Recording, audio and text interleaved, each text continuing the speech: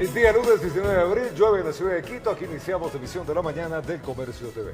Muy buenos días con todos ustedes, amigos televidentes. Gracias por acompañarnos. Bienvenidos. Y está en circulación la edición impresa del diario El Comercio. Lo pueden ver en pantalla. Los títulos más importantes del Comercio en su edición impresa. Pulso Gobierno Corte Constitucional sobre nuevo estado de excepción. Moreno y Lazo se citan para impulsar la transición. Jubilados de maestros sin un estudio actuarial.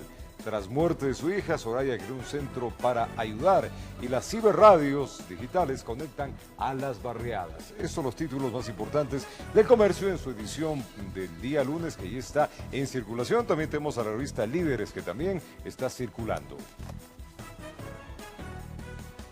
Empezamos con la información y Guillermo Lazo es oficialmente el ganador de las elecciones generales 2021. El Consejo Nacional Electoral, con 4.656.426 votos, el líder del movimiento político Creo fue proclamado como el próximo presidente del Ecuador por los próximos 4 años.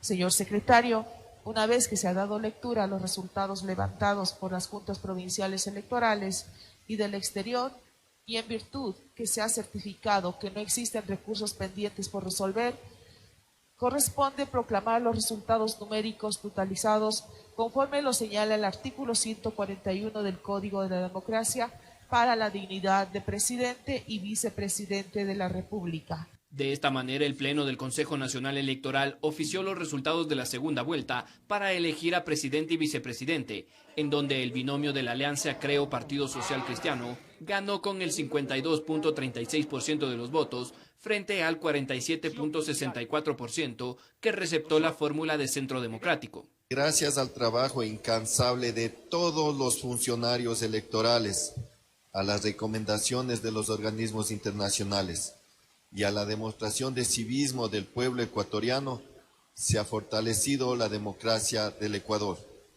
El informe indicó que la dupla Lazo-Borrero alcanzó 419.911 votos más que los representantes de la lista 1, Arauz y Rabascal, en los comicios desarrollados del pasado 11 de abril. El consejero Enrique Pita resaltó que durante el balotaje se presentó un 2.03% más de sufragantes en comparación a la primera vuelta. Esto destaca el espíritu patriótico de los ciudadanos ecuatorianos. El presidente electo Guillermo Lazo, a través de su cuenta de Twitter, agradeció nuevamente a los ecuatorianos que le dieron su respaldo y aseguró que comenzará a trabajar por un país mejor. Otros de los resultados que se dieron en esta segunda vuelta electoral fue que se registró un 1.6% de votos blanco y que un 16.26%, es decir, 1.761.433 votantes, anularon su voto, sumando un total de 10.829.823 personas las que ejercieron su derecho al voto en todas las delegaciones provinciales y del exterior. Informó Mauricio Sánchez. Preste atención, las personas que por la pandemia no pudieron votar el pasado 11 de abril deberán presentar los resultados de una prueba y un certificado médico para no pagar la multa. Entre tanto, el Consejo Nacional Electoral entregará un certificado temporal para trámites a personas que sí fueron sancionadas. Como dice el viejo adagio popular, no dejes para mañana lo que puedes hacer hoy. Y eso es lo que están haciendo al pie de la letra varios ciudadanos que por diferentes motivos no pudieron sufragar el pasado 11 de abril y se han acercado a las delegaciones electorales provinciales para iniciar el trámite de la respectiva multa económica. ¿No pudo sufragar usted? No pude. ¿Qué pasó? ¿Qué motivo? Tuve una inconveniencia familiar. Tuve que salir de aquí de la provincia y no pude estar aquí. ¿No se presentó? No me pude presentar. Por tema de trabajo y por tema de salud. Ajá. ¿Y ahora este documento lo necesita para qué? ¿Algún trámite? Para algún trámite necesario que necesitamos en el día a día por el tema de los bebés mismos. Pero se debe tomar en cuenta muchos factores que le excluyen del pago de $40 por no votar. Edmond Muñoz, director de la delegación de Pichincha, trae a colación varios ejemplos. Uno de estos es quienes estuvieron con COVID-19. Había una imposibilidad física para que ellos vayan a sufragar, entonces tenemos que exonerarles de la sanción como manda la ley. Seguramente a ellos les vio un médico, entonces la ley dice que tendrán que presentar un certificado de un médico, ya sea del Sistema Nacional Público o Privado de Salud, acompañado de la prueba que se realizaron y que salió positivo. Además, de acuerdo al artículo 292 del Código de la Democracia, Quedan exentos quienes estuvieron fuera del país o llegaron ese día, mayores de 65 años de edad, personas con discapacidad, jóvenes entre 16 y 18 años, policías y militares. Las sanciones son acumulativas. Si no fui la primera vuelta a sufragar o no fui a integrar la Junta Receptora del voto y no fui la segunda vuelta a sufragar o a integrar la Junta Receptora del voto, tengo 2 multas. Las multas son acumulativas y se vienen acumulando desde el año 2014. Por el momento se está entregando un certificado provisional, cuya vigencia es de 90 días y no tiene costo. Esto para quienes tienen la urgencia de realizar trámites. Nosotros estamos en línea con todas las instituciones públicas, con el SRI, con la Agencia Nacional de Tránsito, con el IES, con el BIES. Ningún ciudadano puede hacer ningún trámite mientras tenga la multa del Consejo Nacional Electoral. Desde julio esperan tener lista la base de datos del último proceso para el respectivo pago, informó Héctor Romero. Y la Comisión de Régimen Económico de la Asamblea Nacional aprobó el informe para segundo debate del proyecto de ley en defensa de la dolarización. La normativa pasa a manos del Pleno. Con 9 votos a favor se aprueba el informe para segundo debate del proyecto de ley en defensa de la dolarización. La misma recoge reformas al Código Monetario y Financiero. Lo que corresponde ahora es remitir aquel informe aprobado a la Presidencia de la Asamblea para que éste a su vez convoque a todos los legisladores al plenario y pueda debatirse en forma definitiva este proyecto en defensa de la dolarización. El Pleno de la Asamblea Nacional deberá analizar el proyecto normativo que fue enviado por el Ejecutivo con carácter económico urgente y forma parte de los acuerdos alcanzados con el FMI. Los cambios recogidos son los siguientes. Que se revise, por favor, que se tenga por medio de la Contraloría General del Estado absoluto control de los miembros de ambas juntas, que para aceptar las designaciones por parte del presidente de la República se necesite la mayoría absoluta, es decir, la mitad más 1 de los miembros de la Asamblea Nacional. Durante el debate hubo algunas discrepancias. ¿Cómo así de cuándo acá pretenden que el banco, en el artículo 91, dice que el encaje que se mantendrá en el Banco Central podrán ser remunerados en los términos que establezca la Junta? ¿Cómo así? ¡Por Dios!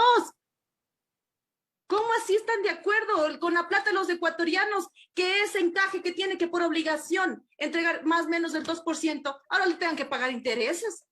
O sea, qué falta de coherencia. La normativa deberá aprobarse o archivarse hasta el 25 de abril, informó Valeria Navarro. En Guayaquil, el presidente Lenín Moreno se refirió al caso Las Torres y lamentó que su exsecretario general haya sido detenido por presuntos actos de corrupción durante su gestión en Petroecuador. Por otro lado, afirmó que la transición avanza con asesoría de las Naciones Unidas. Esta vez no hubo música, pero el júbilo presidencial estaba ahí. Sobre todo porque al correísmo le faltaron 45 votos para pedir la cabeza de su ministro de Trabajo. Ponte de pie, Lázaro, por favor. Levántate y camina, Lázaro.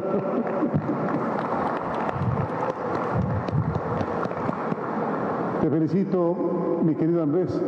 Salgas indemne de una acusación tan terrible, tan malintencionada, tan perversa. Yo creo que era lo que se esperaba ante lo absurdo de las causales expuestas por la asambleísta interpelante. El desafío siempre fue no distraer la atención de lo importante para no caer en la lógica electoral, y eso es lo que hicimos. Tampoco quiso abstraerse de la coyuntura. Segundo contralor enjuiciado y un amigo que habría caído en el mismo saco. Nos ha provocado un gran dolor, principalmente a quienes que conocimos, a José Augusto, que siempre nos pareció una persona correcta.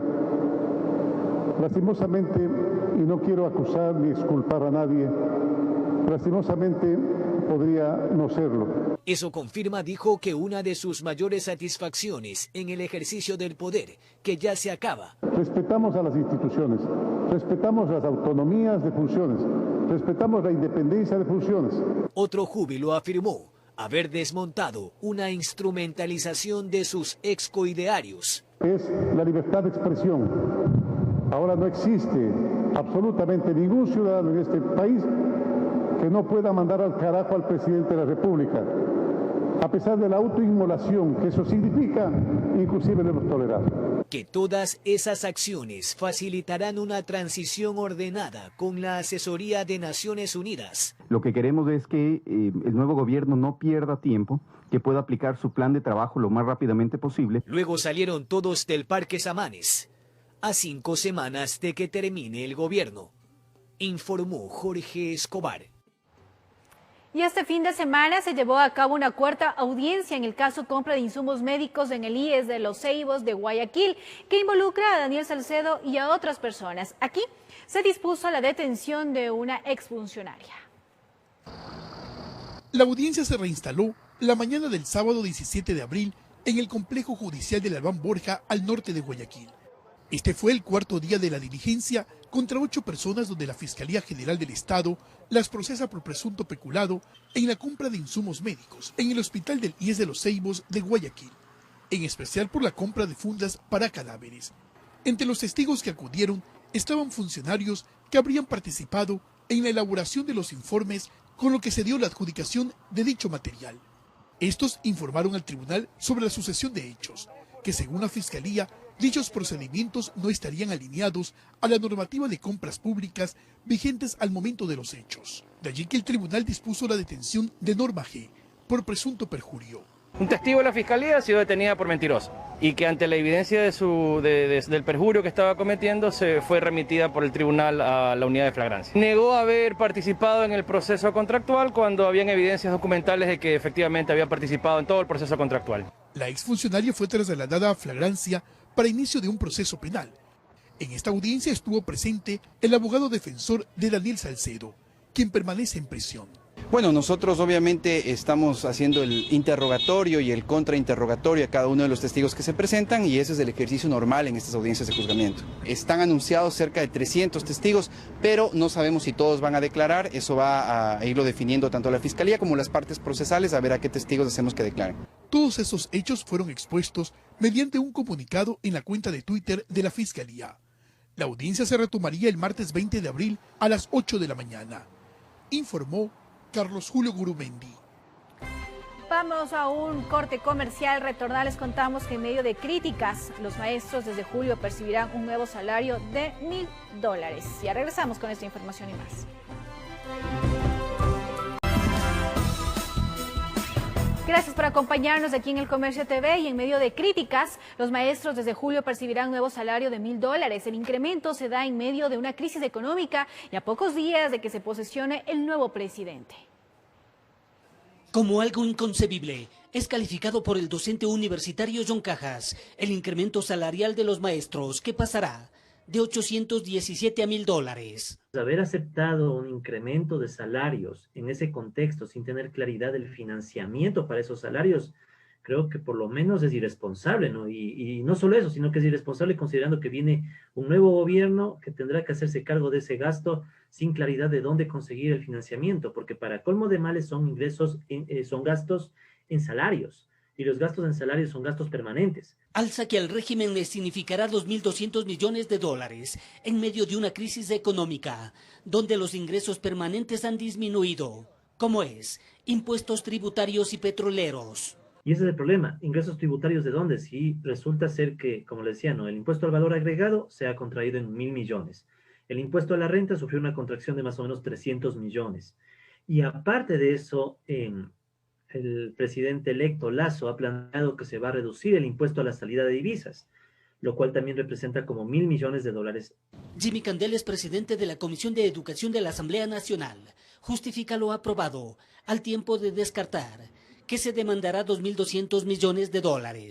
Y existen las grabaciones que ya me las han dado hoy, cuando el asesor del ministro de Finanzas manifiesta que el impacto económico son 560 millones de dólares, que le está expresando al país como que no ha conocido, no ha participado. Obviamente él no participó el anterior ministro de Finanzas, Richard Martínez. Desde el legislativo se quiere deslindar responsabilidad de una ley que no termina por nacer y ya tiene críticas por su financiamiento, regresando la mirada al Ejecutivo.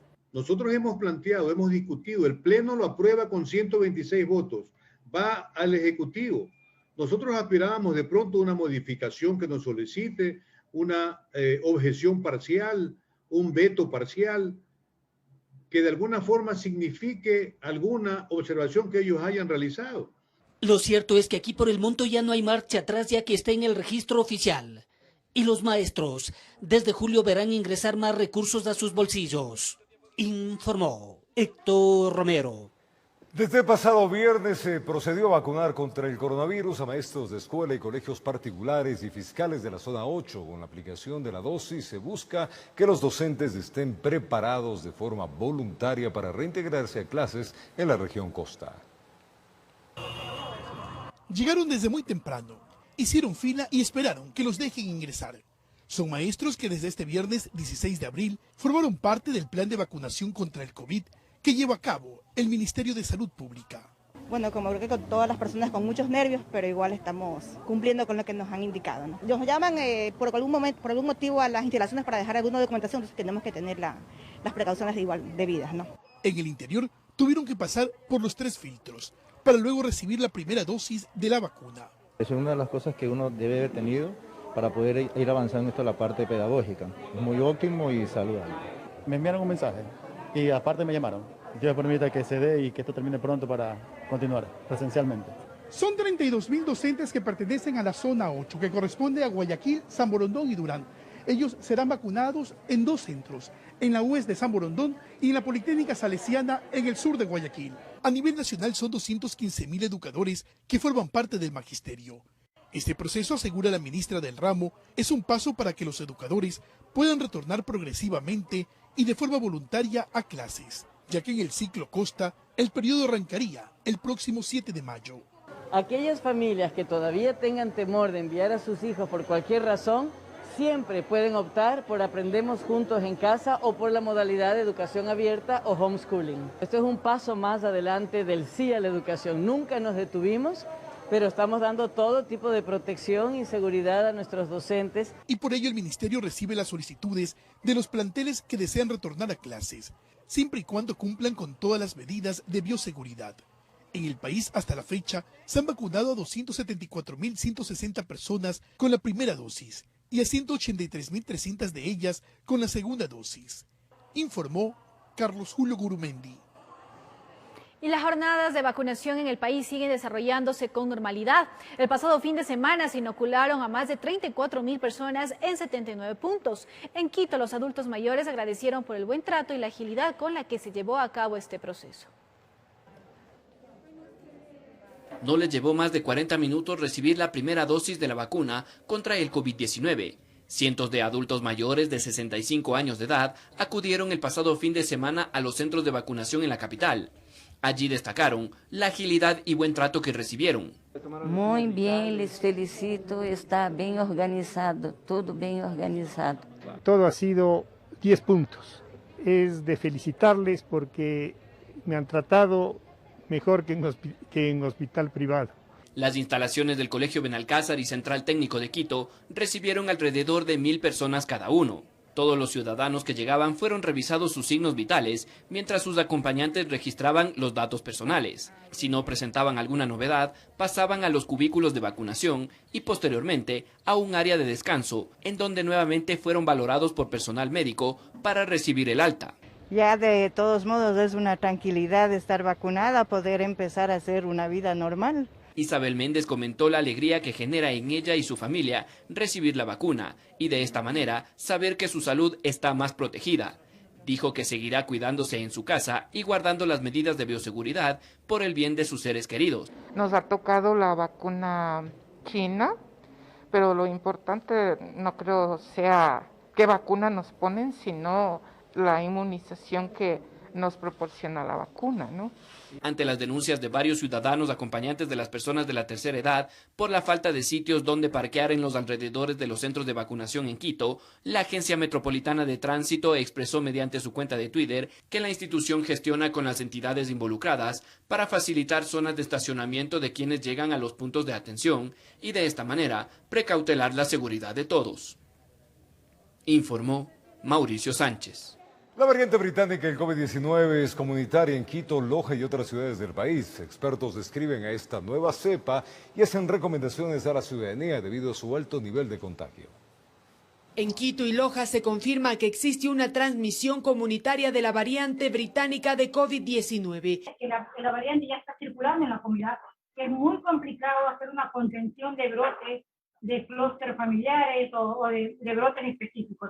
Las características de esta cepa son las siguientes. La variante británica se contagia muy rápidamente y afecta a personas más jóvenes. Eso usted puede ver en la hospitalización y en la UCI, adultos jóvenes de 25, 30, 35, 40 años y que no necesariamente tengan alguna condición subyacente, alguna morbilidad que favorezca la gravedad del cuadro. Expertas explican el por qué tanto la variante británica como la brasileña y la de Nueva York son más contagiosas. Probablemente estas tienen la capacidad de permanecer más tiempo dentro del huésped. Se ha reportado que hasta unos 16 días frente a una variante tradicional que puede estar de 13 a 14, lo que sugiere que pudiese transmitirse con mayor facilidad también. Además, estas variantes están asociadas con casos más severos de COVID. Probablemente se encuentran en pacientes que exhiben características clínicas más marcadas, que están en UCI, por ejemplo. Las nuevas cepas derivadas del coronavirus incluso podrían ser más resistentes a las vacunas. Y ya se generó comunicados por parte de las farmacéuticas donde indican que probablemente se requiera de una dosis de refuerzo para aquellas variantes que están surgiendo ahora mismo. Ante esta situación se recomienda a la ciudadanía reforzar las medidas de bioseguridad. En espacios cerrados, usar doble mascarilla. Doble mascarilla es fundamental para que ahora mismo no le demos paso ni a la variante británica, ni mucho menos a la brasilera.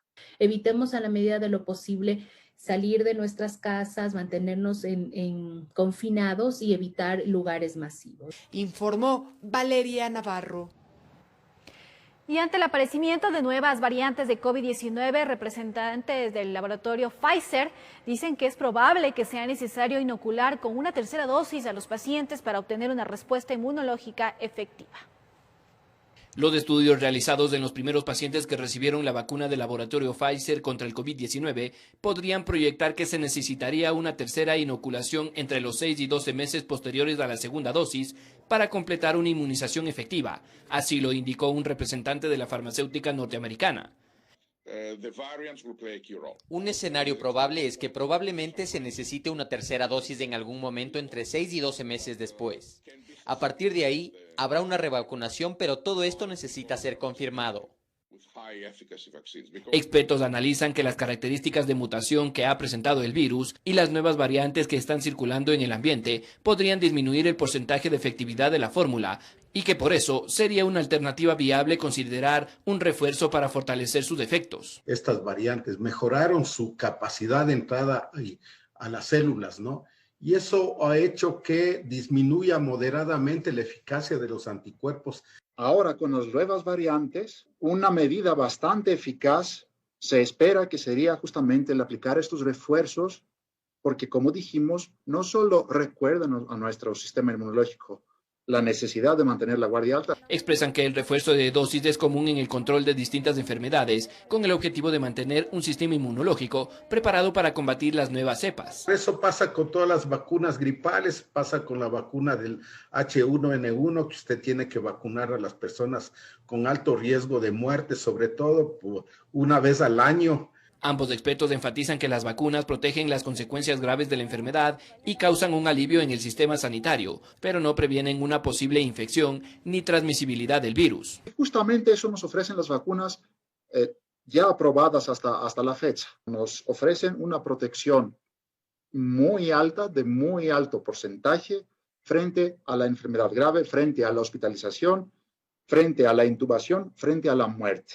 Recalcaron que el cumplimiento de las medidas de bioseguridad como el uso de la mascarilla y el distanciamiento social deben seguir puestas en marcha por la ciudadanía para evitar el aumento de nuevos casos positivos, informó Mauricio Sánchez. Al retornar, contarles que para hoy lunes la transportación intra e interprovincial del país anunció un paro de actividades. Estas y otras informaciones al retornar. Ya venimos.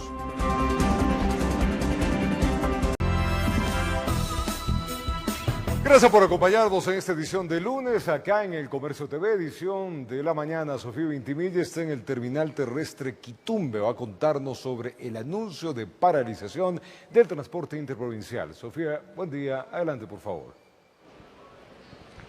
Roberto, amigos, que tengan un buen día. Importante señalar que la FENACOTIP y todo el gremio que agrupa a este sinnúmero de unidades que viajan por todo el país es la que está en esta paralización.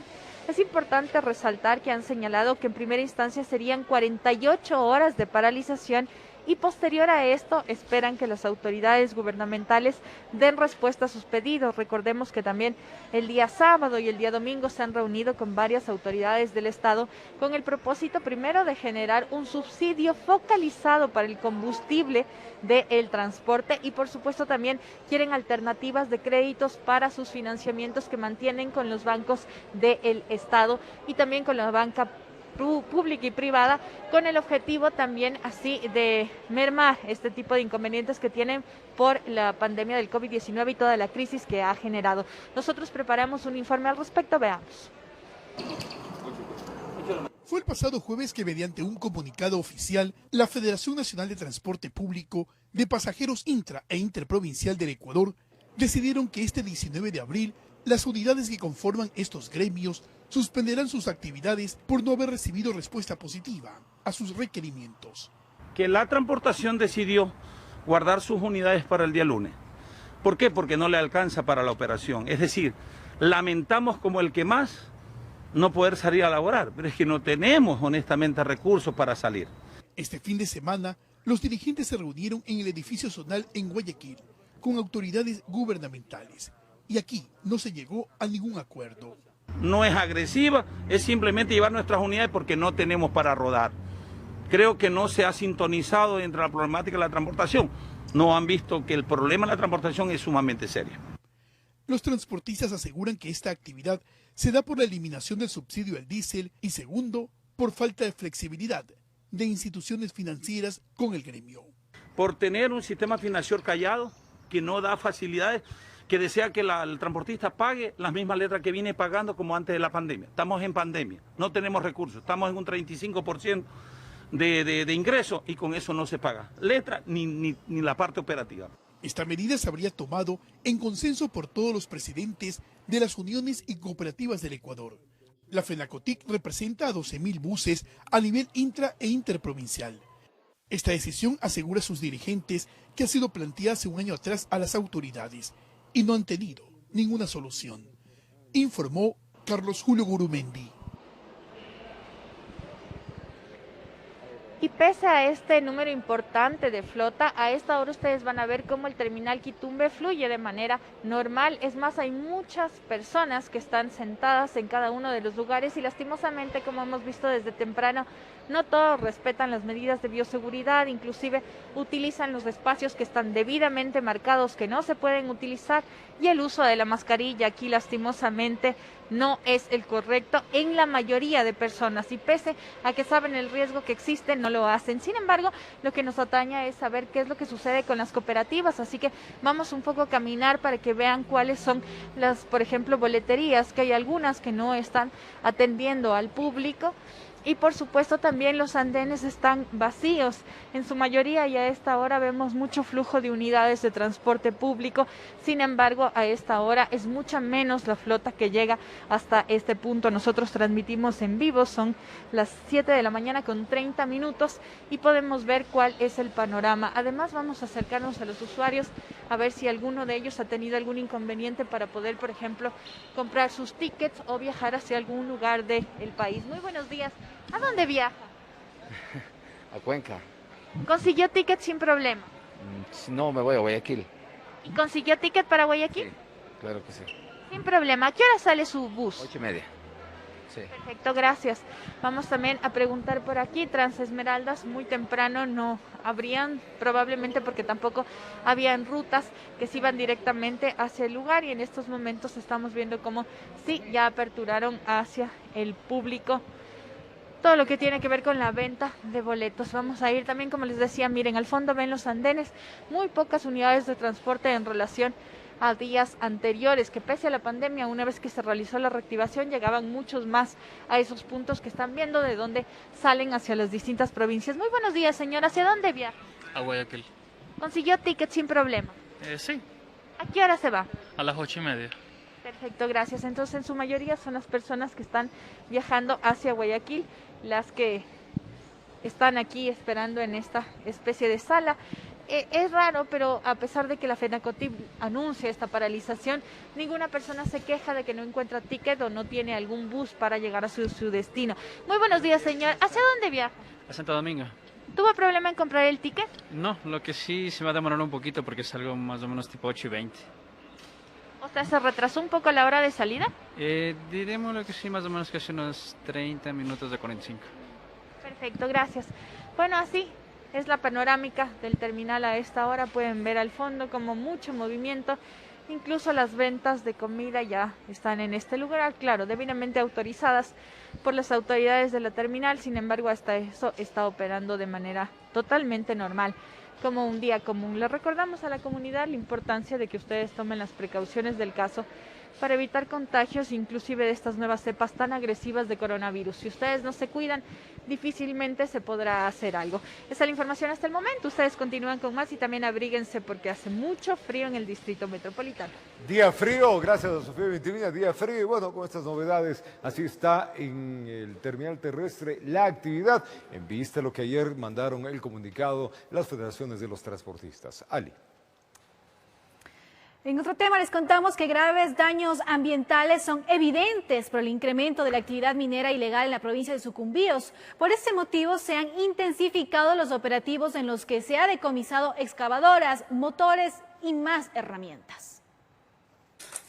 Más de una hora de caminata por inhóspitos lugares en la selva amazónica de la provincia de Sucumbíos fue necesario para llegar a un campamento de minería ilegal en donde a simple vista se podía observar el grave daño ambiental que se genera por esta actividad ilícita. El día de hoy hemos venido para el sector de La Libertad, en el cual hemos encontrado una posible actividad de minería ilegal.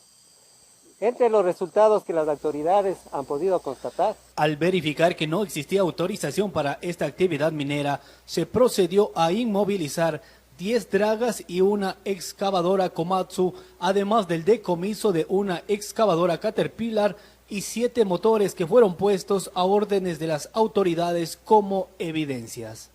Al momento no hay personal detenido. Las autoridades emitirán las respectivas notificaciones a un personal civil que se encontraba en inmediaciones del sector. Estos resultados se suman a los operativos realizados hace apenas una semana en sectores aledaños. Hemos encontrado en Santa Rosa de Sucumbíos 9 dragas, 5 motores y en El Dorado hemos encontrado una retroexcavadora. Todo esto ha sido en coordinación con inteligencia militar. Las autoridades se mantienen en alerta por el incremento de esta actividad ilegal que genera inseguridad, explotación laboral, contaminación de las fuentes hídricas y perjuicio a la naturaleza. Informó Emilio Albán Sánchez.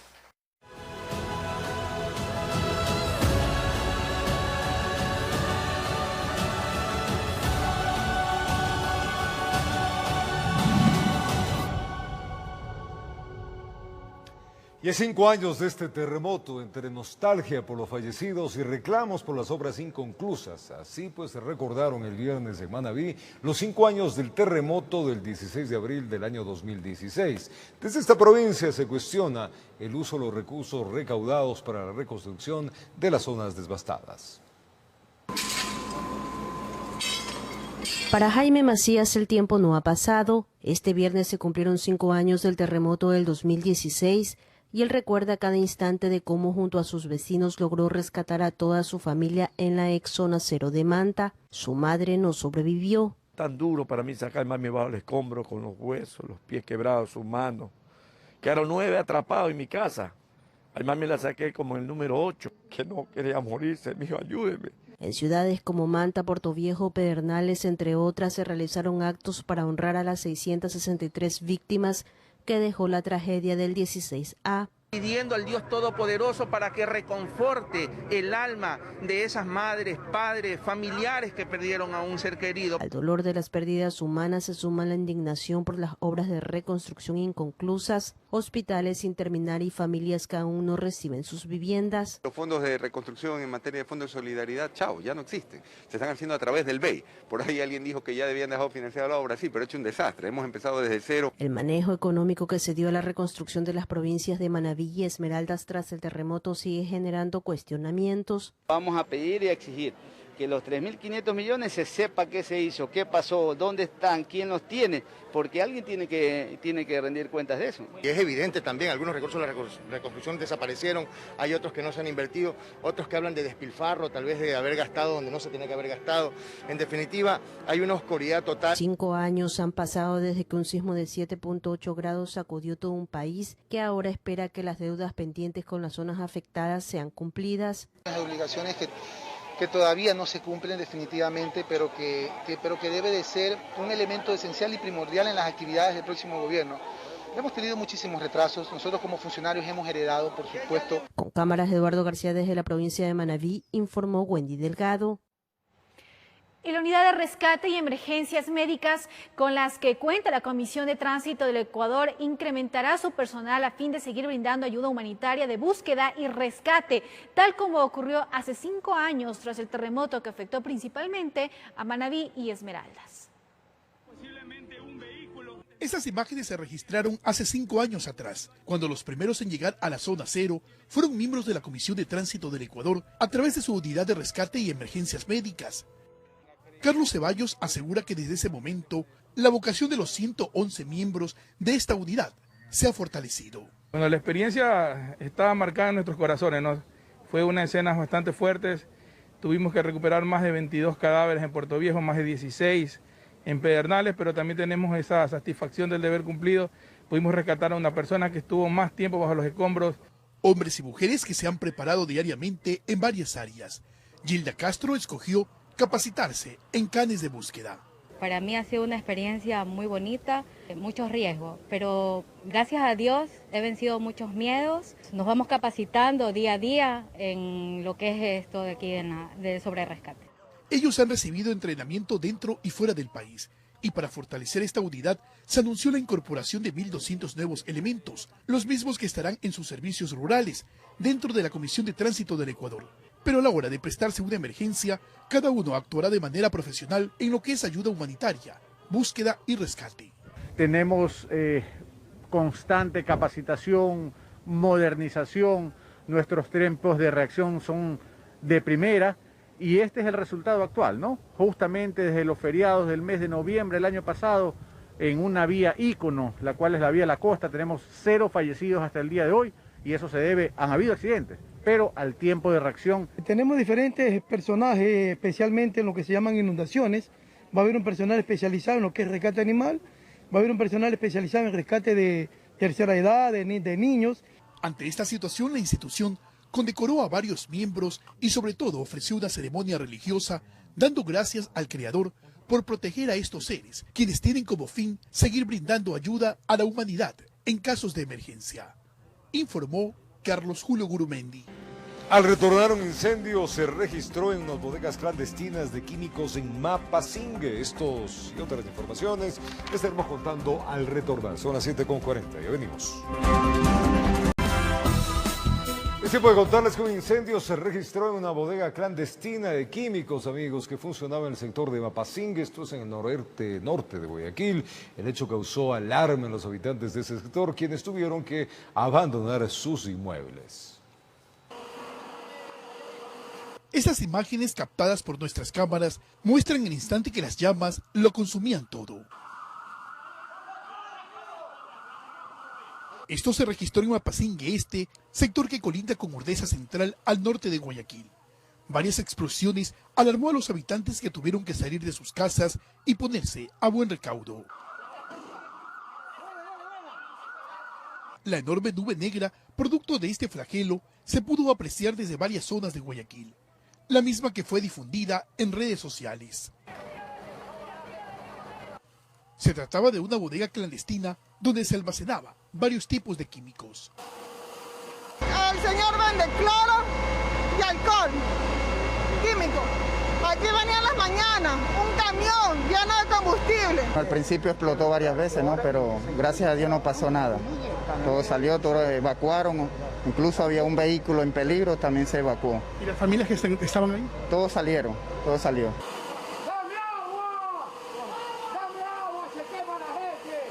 Las explosiones hicieron que varias viviendas aledañas se vean afectadas. Los ventanales de estas se destruyeron y la humarada contaminó los inmuebles. Mi casa llena de humo. Aquí estaba mi sobrino solo, asustado y sin saber qué hacer. Mira cómo ha quedado la casa de la vecina. La vecina está afectada. Todos estamos afectados, nerviosos. Porque esto es algo residencial, no es algo industrial. Yo le denuncié en el municipio, él seguía porque almacenando. Botaba aquí los líquidos esos de fuerte que los guardianes hasta se mareaban con el sol, apestaba. Yo fui a denunciar al municipio. Más de 10 unidades del Cuerpo de Bomberos de Guayaquil acudió a la emergencia, la cual se convirtió en alarma 2. Los bomberos utilizaron material especial para combatir el fuego. Luego de 20 minutos, el flagelo estuvo controlado. Lo que hemos encontrado es que hemos visto tanques de solventes en el interior que se inflamaron. Vemos, los apagamos oportunamente. Los inspectores de bomberos ya están avanzando al sitio, los inspectores, y ellos verificarán los permisos y las cosas si es que los tienen, ¿no? Los materiales, la edificación, un poco de afectación a las viviendas de los lados, nada más. El personal de la casaca roja retiró del patio contaminado aquel material destruido y procedieron a inspeccionar las casas del sector a fin de evitar una nueva desgracia. Informó Carlos Julio Gurumendi. Y en Babahoyo un fuerte incendio consumió una vivienda. Los bomberos lucharon intensamente contra el fuego hasta que fue controlado. Los afectados claman por ayuda para volver a levantar su vivienda. Las llamas parecían incontrolables. Fue en cuestión de minutos que la vivienda de caña y madera ardió con todo lo que había dentro. Sus habitantes salieron solo con lo que traían en ese momento en la ciudadela Lucha Obrera en Babahoyo.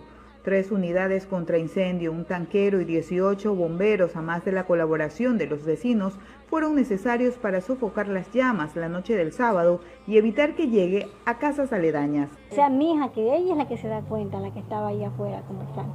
Ella se da cuenta, me dice, mami, dice, apesta quemado, apesta quemado. Yo le digo, no se me quema nada. Cuando bajamos era la llamada que la teníamos en la mitad de la casa. Ya en el día observamos cómo todo quedó destruido por el fuego. Enseres, electrodomésticos, ropa, nada se pudo rescatar. En la vivienda habitaban 11 personas contando niños y una persona con discapacidad. Ahora esta humilde familia, aunque perdió todo lo que tenían, solo piden ayuda para volver a tener un techo sobre sus cabezas. Yo lo que necesito es para mi casa, mi hija. Ese es el único favor que les pido, que me ayude el gobierno, que me ayude con eso. Desde Los Ríos informó Odette Camacho.